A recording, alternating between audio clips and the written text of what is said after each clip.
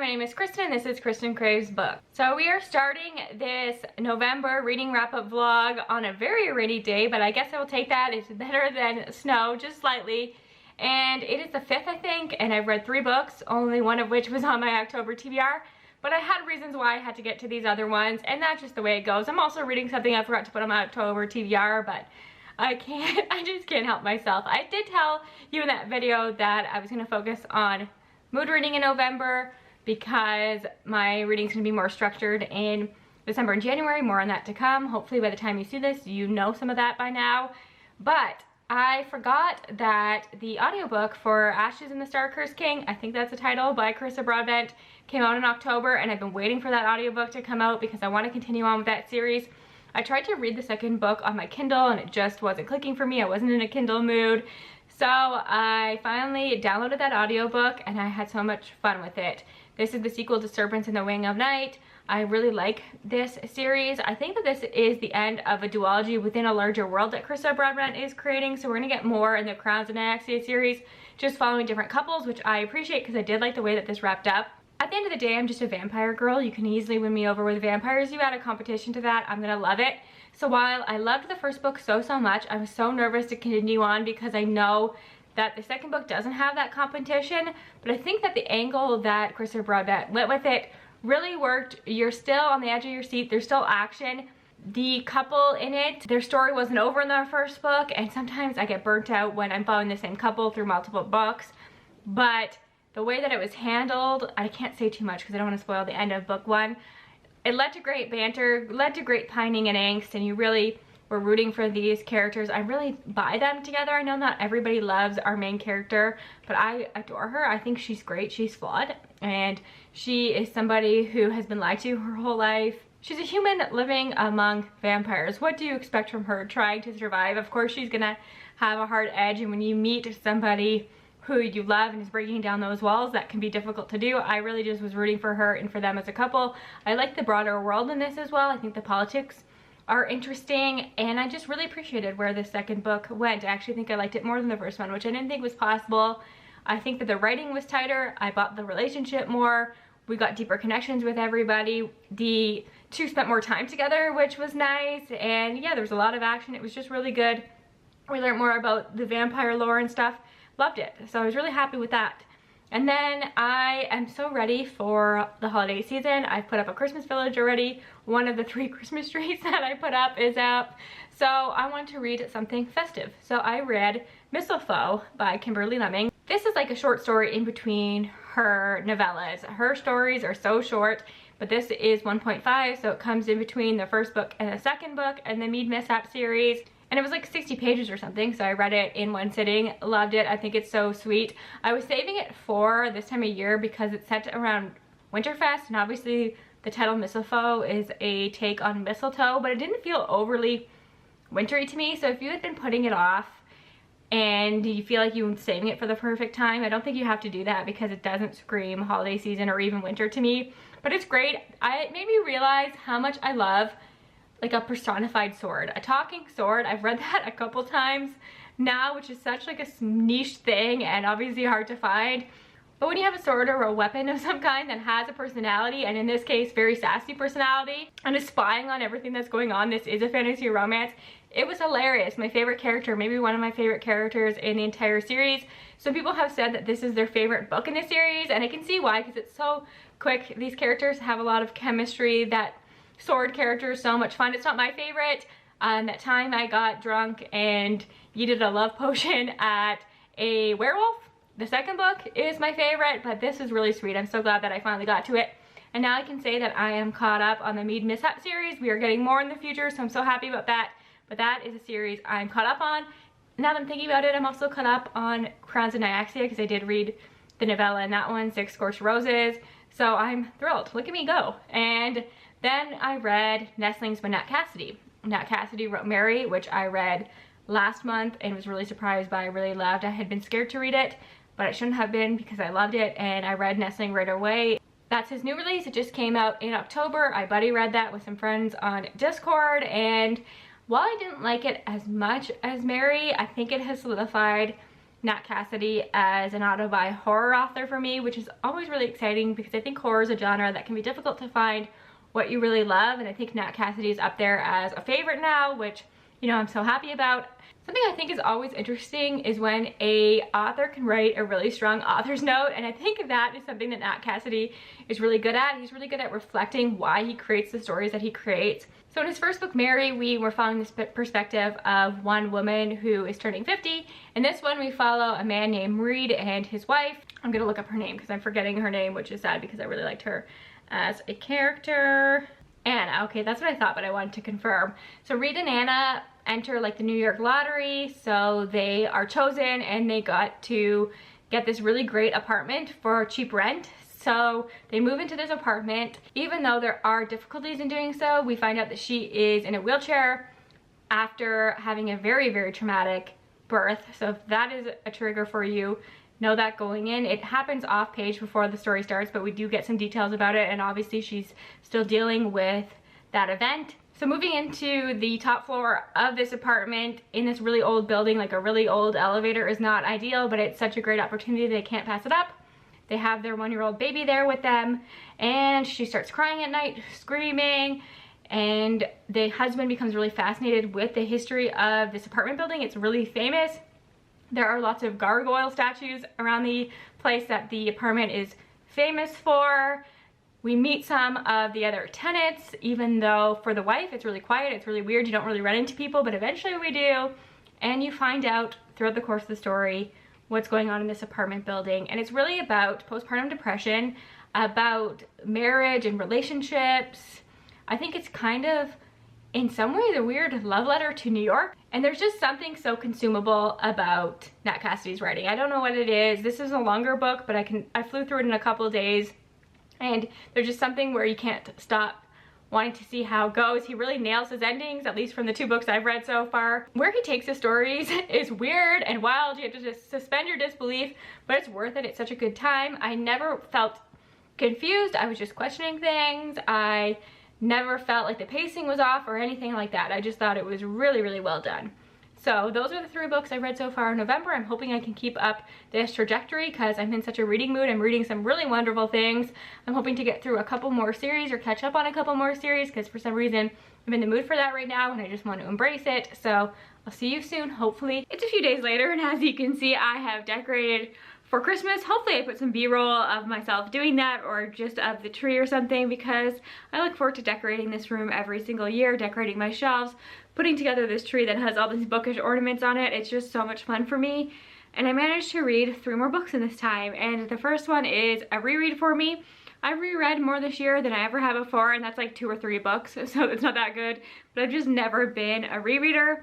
And this was The House of Salt and Sorrows by Erin A. Craig. This was for the Book Checkout Book Club, and we discussed this on Kate's channel, Kate Coy. I will leave a link to that discussion and all of our discussions. I believe there's a playlist out there somewhere if you're curious of all the books that we talk about. But I will say that I am the one that loved this book the most. It was very middling reviews from my co-hosts.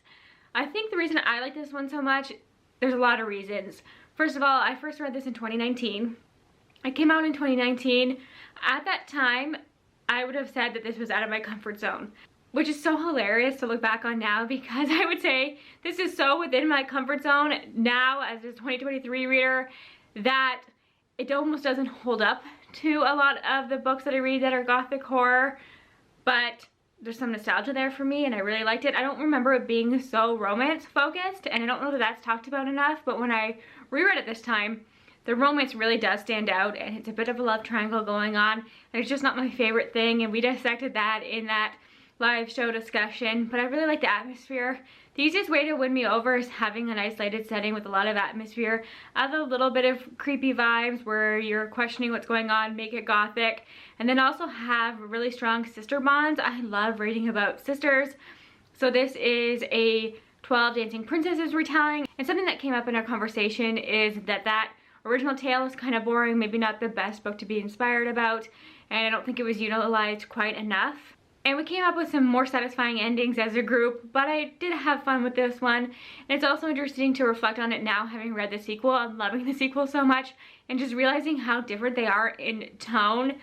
And they are both horror, but in very different ways. I would think that House of Salt and Sorrows is more quiet and House of Roots and Ruins is more graphic, and that one gave me whiplash. This one kind of was predictable in where it went, but I did like some things about the ending, didn't like some other things. So yeah, just watch that discussion if you're interested in it. I'm happy that I reread it because there was so much that I forgot about it, and I will continue to be recommending it on this channel because I do like it. It was a 4-star read for me. Then I read the first 2 books in a series, and this series is so delightful, and this comes as a recommendation from Heather from Hey Booktube, and we were talking about all of the Thanksgiving books that are coming out and people are reading, some really hilarious ones, but I said, I'm Canadian, we've already had Thanksgiving, like Thanksgiving's not really on my mind, and that made her remember this series where it actually is centered around Canadian Thanksgiving, and the first book is called, these titles, I always get them confused, A Match Made for Thanksgiving. It's by Jackie Lau, and the second book is A Second Chance Romance for Christmas. So the premise of these books is that the first book centers around Canadian Thanksgiving. It's all of these siblings coming home, and their parents have set them up on blind dates, and that has gone poorly. So all of the subsequent books are set around different holidays. So the second one I read was Christmas, following a character in that family who does not want to be on a blind date, brings somebody else home for Christmas. Then the third one is Chinese New Year, and the fourth one is Valentine's Day. I think that's the right order, and it's all of these different siblings. But in the first one, I give this 3 stars, as delightful as it was, as much as I loved it, because first of all, how many times can we say Toronto? Maybe that's just because I'm so hyper aware. I live in Ontario. Obviously, my brother lives in Toronto. Very familiar with Toronto. But how many times can we say it in one book? And the tropes that are used are just not my favorite. He's not my favorite kind of hero, Nick, where he's very attractive, but he's great at a one-night stand, and he's afraid of commitment, but then he meets this girl who never has a one-night stand, but has been told by her boyfriend that she's boring, so she's out to look for a one-night stand, but she keeps on these lists, they end up together, and they fall in love. That's the premise. That is a classic trope that I think a lot of people love. It's just not my favorite. But I love the family. I wish we got more of the family drama, to be honest with you, because I feel like Thanksgiving happened so fast, but these books are 100 pages. I just love the whole project of this. I actually have a Jackie Lau book that is on my most anticipated read of 2024. It's a full-length book, and I didn't realize that she had this other series, so it was nice to sample her writing. And then the second book is obviously centered around Christmas, so I had to read it now, and it was so charming and really got me in the festive spirit. And I read these while I had a migraine, so that tells you how easy they are to listen to, and they just made me really happy. And this one follows Greg, who is Nick's brother, and he's more grumpy and quiet, and he's more the hero that I like. And his mom arranges it so that he has to drive his ex-girlfriend home from Toronto to their small town. And they were together in high school. They broke up when they went to different universities, but it was very amicable, so you don't have that second chance romance thing where it's like, there's a reason you broke up. I think this was a matter of the right person, the wrong time. They were just too young. Tasha, who is the heroine in this, does have some issues with second chance romances, but she realizes that Greg's her person, so that happens, and it's just cute. The road trip, they end up in a snowstorm, there's a one bed trope, all of that, delightful, charming, love it. Remind me when February comes that I have to read the next 2, because both of those holidays take place in February, so hopefully by putting this out into the universe, I will remember that I have to pick those up.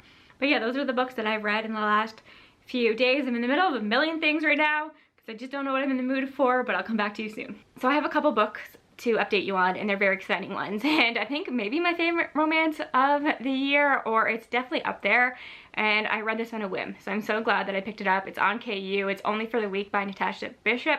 I just needed something fun, and this was it. It's also messy.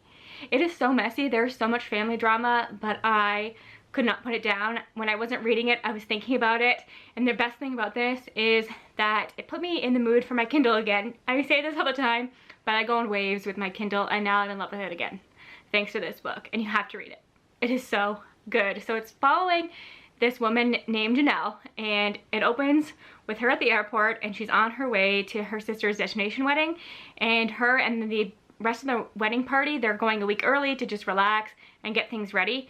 And the twist is that her sister is marrying her ex-boyfriend, and she's not upset about this. She realized she never really loved her ex anyways, but her mom like is treating her like this is the worst thing ever. She's thinking she's really fragile and she just wants to get through this wedding and not to be pitied or anything, and she's happy for her sister. Her best friend's also on the trip. I loved her best friend, and she ends up having a romance with the best man. And she doesn't want people to know that they're hooking up because she thinks that everybody will think it's a revenge thing, and it's not. They're just very attracted to each other, and he is the ultimate book boyfriend. I adore Rome so much, and this book is kind of self-aware because there's a scene where she's reading romances. Like, she's on KU, she's all for it, she talks with the tropes, and he picks something up and they talk about book boyfriends, and he's the perfect book boyfriend, and that felt meta, and I just loved it. But obviously with that setup, this is gonna get messy. The sister's quite frustrating and obnoxious. The mother is infuriating as well. And you just see Janelle kind of get walked all over, and that's very frustrating for Rome as he's trying to push her to stand up for herself. So that's a big part of it, and the end gets messy, and I don't know if people will love some of the things that happen in the end, but I thought it was so dramatic and I loved it. And this made me realize why I like books set around weddings so much, because that's something I discovered about my reading this year, and that is because it's so easy for the conflict in a book about weddings to be external. So not within the couple remains strong, but there's enough conflict and shenanigans that happen just around a wedding in general, no matter how messy the setup is. Even if it's just your very basic wedding, there's going to be things that happen. But in this setup where she's marrying her sister's ex-boyfriend, you know that's going to be some drama there. I thought it was a page turner. I loved how solid the couple was. I understood all the reasons for hiding the relationship. I liked the friend group. Some of them are terrible, but that's just part of it. But her best friend I loved. I love seeing some other romances form. I hope that this is the first book in a series because it was so good, and I think it is one I will reread because it is that fantastic. I do think it's probably better for the summer because it's like a tropical island kind of wedding, but I read it in November and it was fine and I loved it. So there's that one. And then I read System Collapse by Martha Wells, obviously. This is the 7th book in the Murderbot Diary series. So if I think you get to book 7, you're a Murderbot fan. You love Murderbot. So there's not much to say about this one except that I think if you are a Murderbot fan, you're going to be happy with this installment. I flew through it, of course. The audiobook's just as good as they always are. I don't know that this one was as funny maybe as some of the others, but I think that made sense because I like that Martha Wells is kind of talking about Murderbot's more human side and how it is being affected by the events of the first 6 books. And now we're seeing some of the PTSD that Murderbot is experiencing, and it makes a lot of sense that that would be happening. So I appreciated that we talked about those themes while it still feels like a Murderbot book, and we still have the humor and the banter. A lot of action in this one. I actually think that I am so happy that somebody recommended that I read Network Effect last. So Fugitive Telemetry is the 6th book and System Collapse is the 7th.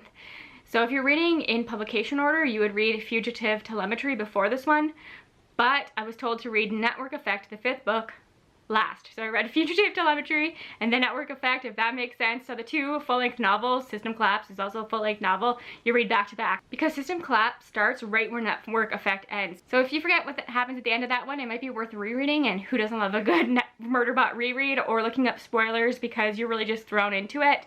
But it was fantastic, of course. This is just one of my favorite series. I will continue to read every installment comes out and eagerly anticipate them. And then the one that I just finished is kind of a disappointment. This is Kaikeyi by Vaishnavi Patel.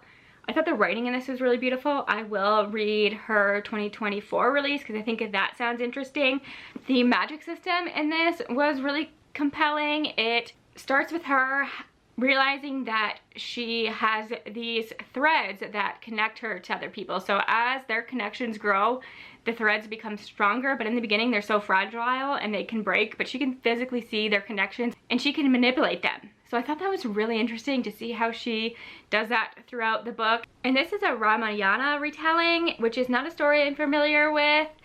So in that story, I don't think that Kaikeyi is a big character, is not featured a lot, but she is the villain. So this, in theory, is her villain origin story, but it doesn't read that way.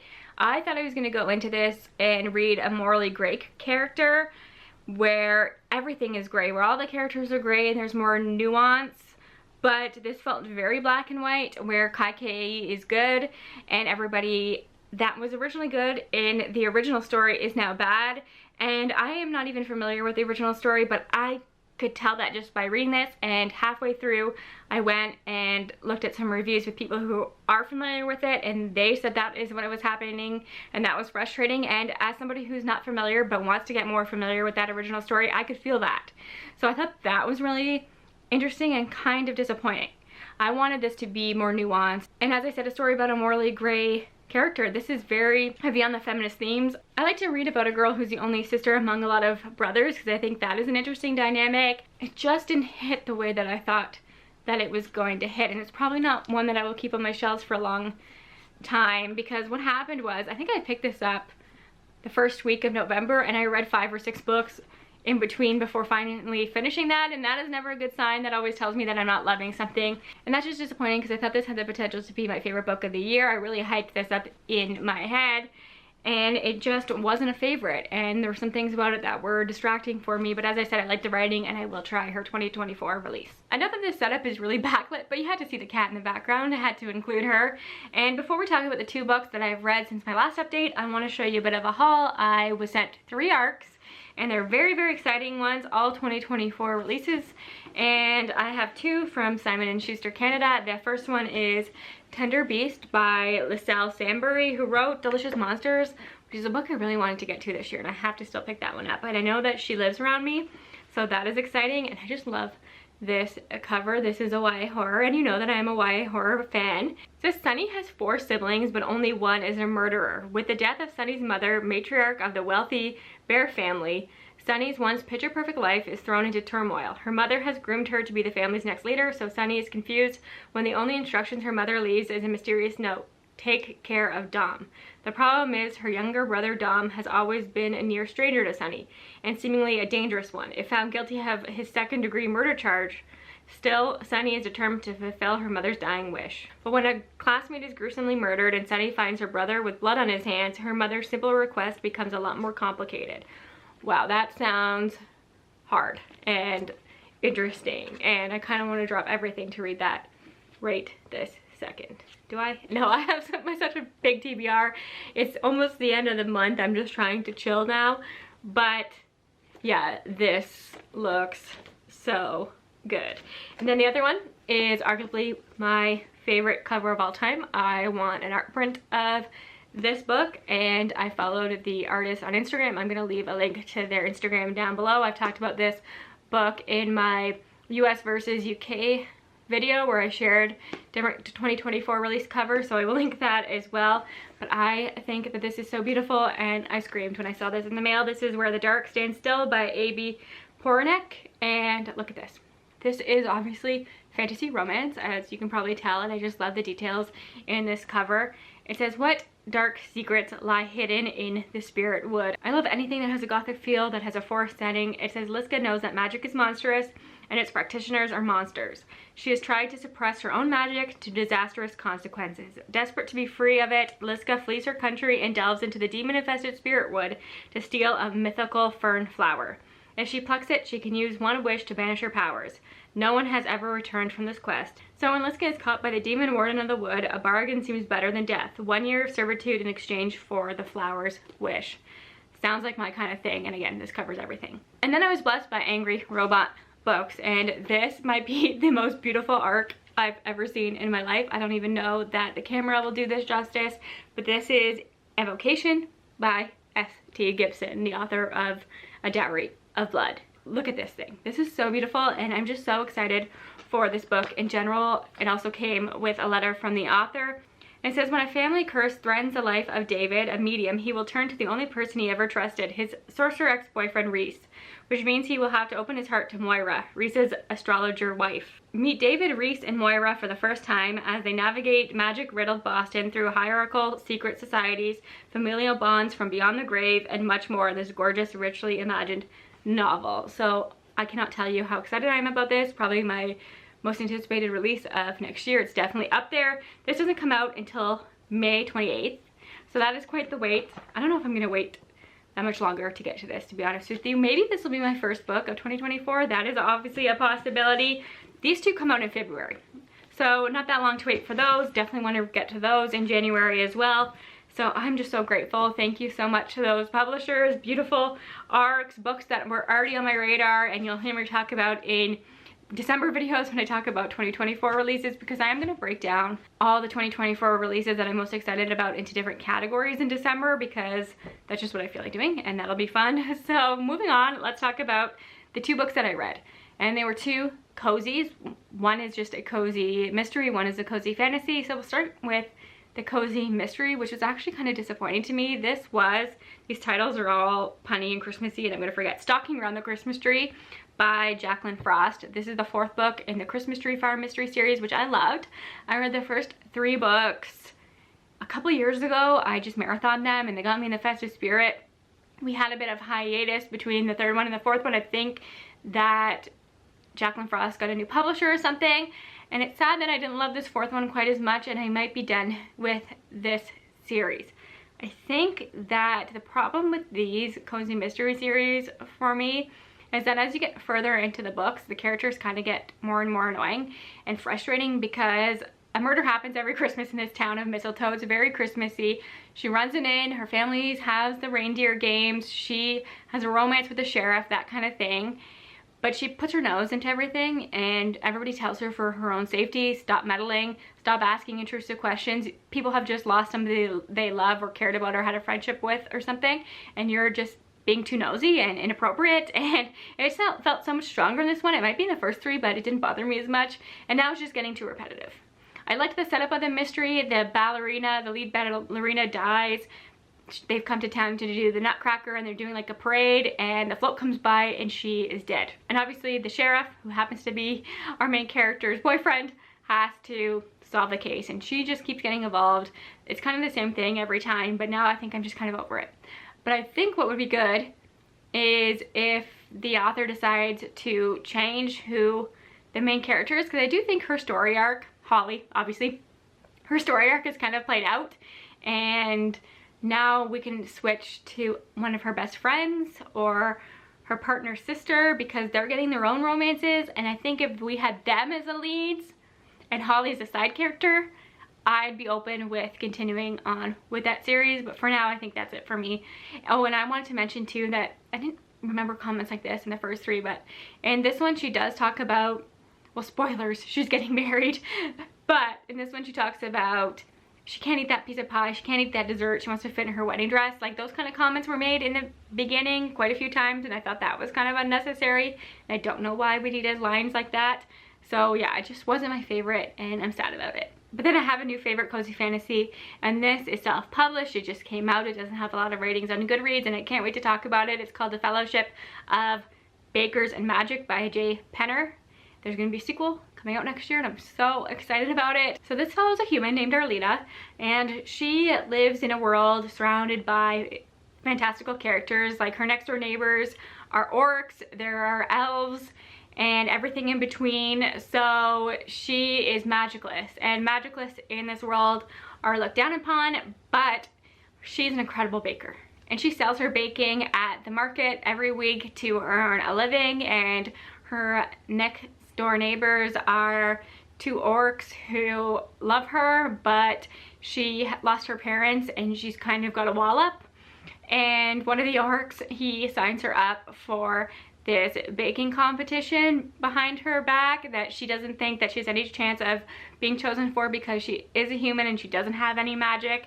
But then of course she is chosen for it, and she is invited by this elf who's determined to get her to the competition. So he rides with her because it takes place in a different city, and we honestly just follow her falling in love, making friends with fellow competitors. It's really sweet. The chosen family in this is amazing. Realizing the connection she has with her orc neighbors, who, it's a gay couple, and I love them. They are adorable and so respectful of her and the boundaries that she's put up, but they really just want to be in her life. And we see all of the competitions, we see her baking.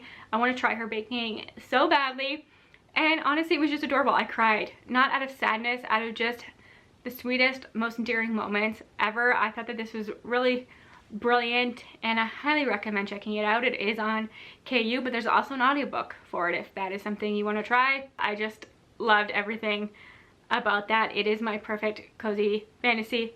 Tons of food, tons of romance, tons of found family, just adorable. It is December 1st, so I have to wrap up this vlog. November was an excellent reading month for me. Maybe my best of the entire year, and I read my best book of the year in November.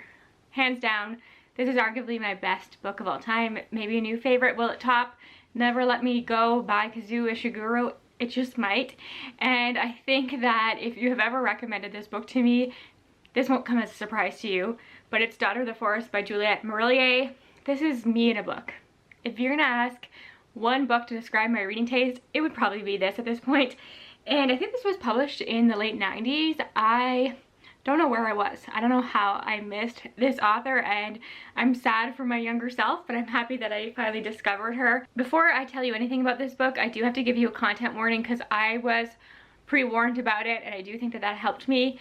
There is a pretty graphic SA scene in this book, and it is with our main character, and it is so difficult to read about, but knowing that it was coming helped me do that. And the narrator, who is our main character, is telling her story, and she kind of prepares you for when that moment's coming, so you can brace yourself. You can also skip it if it's too much for you. I completely understand that. I did read it, but it was hard. And something that I really appreciate about this, though, is in a lot of fantasy, you will see women violently attacked in this way as just something that happens in fantasy. It's just something that women experience. What can you do? But that is not how Juliet Marillier tackled this at all. We see the effects of that event on Sorsha throughout the rest of the book. And I also appreciated that her brothers and the other characters that surround her who know what happened or have suspicions about what happened are cognizant of that. They do not try and force her to get over it. They understand her boundaries. She has boundaries up now. She has walls up. This has affected her.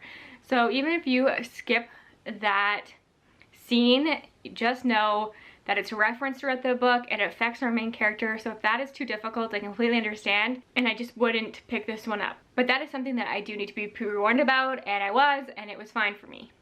I cried my eyes out, both happy tears, both sad tears. It's a hard read in a lot of ways, not just that, but it is a retelling of the Six Swans tale. So our main character Sorsha has 6 brothers, and I just love reading about women who are raised with brothers. I don't know why that is interesting to me, but it's interesting to see a character like that try and be heard. And the way that her brothers all kind of worship her and respect her so much, I just loved reading about. But it's got that evil stepmother trope where her stepmom puts a curse on the family where the 6 brothers are turned into swans, and now Sorsha has to do these tasks and she's unable to speak or share her story as to why she's doing them in order to save her brothers. And we follow her throughout many years as she's trying to do this. There is a romance that I really liked in here, but the writing is beautiful. Everything about this is so me. It's so atmospheric, and as I said, I cried.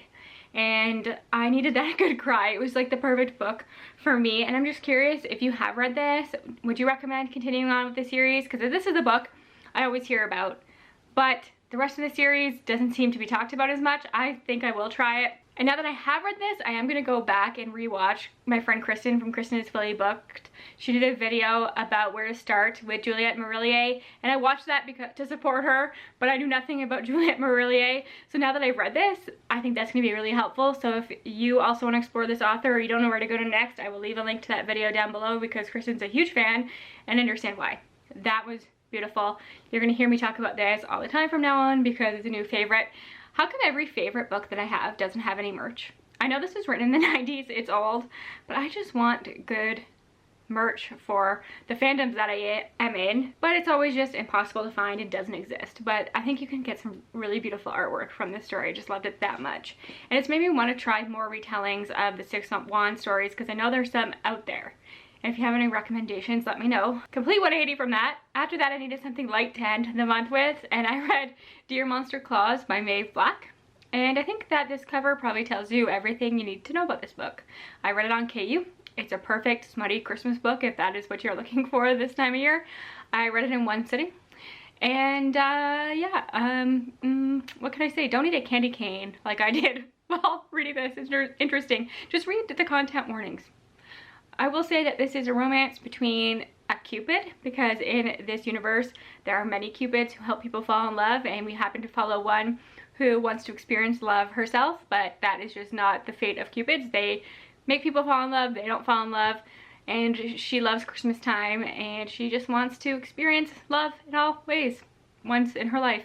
And she starts writing letters to Santa that seem innocent but are really not to Santa, and Santa is a dragon who wears leather.